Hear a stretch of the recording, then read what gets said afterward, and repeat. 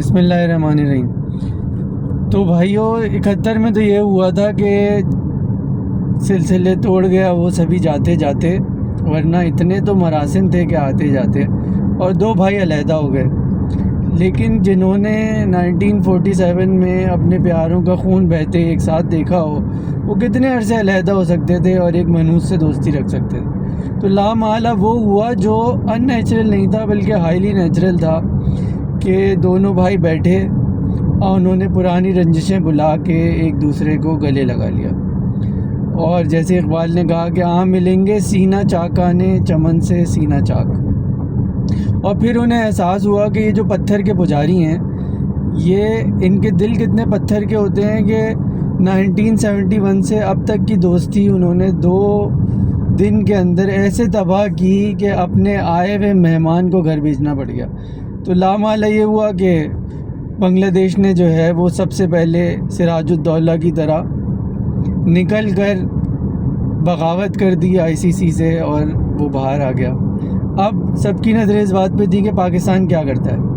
مجھے تو امید یہ تھی کہ پورا ہی بائیکاٹ کر دے، اور جو اندازہ تھا وہ یہ تھا کہ پاکستان کچھ بھی نہیں کرے گا، کیونکہ وہ ایک عمر یہ ہو جاتی کہ آپ کچھ بھی پیدا کرنے کے قابل نہیں رہتے، اتنے بوڑھے ہو جاتے ہیں۔ حوصلہ پیدا کرنا تو بہت دور کی بات ہے، لیکن بھائی پاکستان نے مردانگی دکھائی اور ICC کی آنکھوں میں آنکھیں ڈال کے کہہ دیا کہ بھائی ہم نہیں کھیلیں گے آپ سے، آپ کو جو کرنا ہے کر لو۔ ICC میں اس لیے کہہ رہا ہوں کہ ICC ہی انڈیا ہے اور انڈیا ہی ICC ہے، تو اس وجہ سے ہم نے کہہ دیا کہ بیٹا نکل لو، کٹو یہاں سے۔ اس کی وجہ سے یہ ہے کہ اب جو لوگ ڈسکشن کر رہے ہیں نا، وہ یہ ہے کہ ICC کو اتنا لاس ہوگا اس لیے ہم نے بہت اچھا کیا،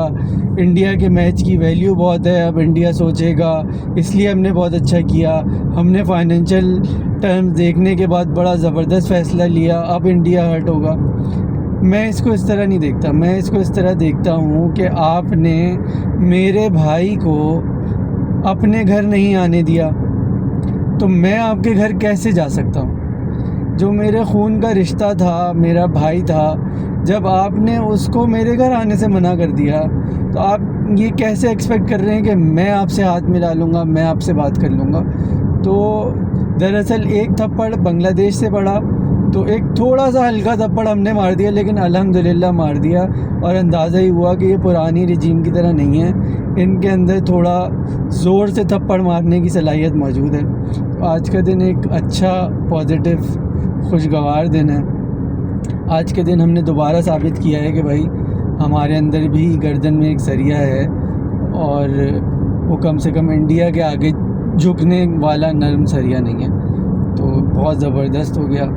میں تو امید یہی کروں گا کہ اس سے بنگلہ دیش اور پاکستان کی دوستی اور مضبوط ہو۔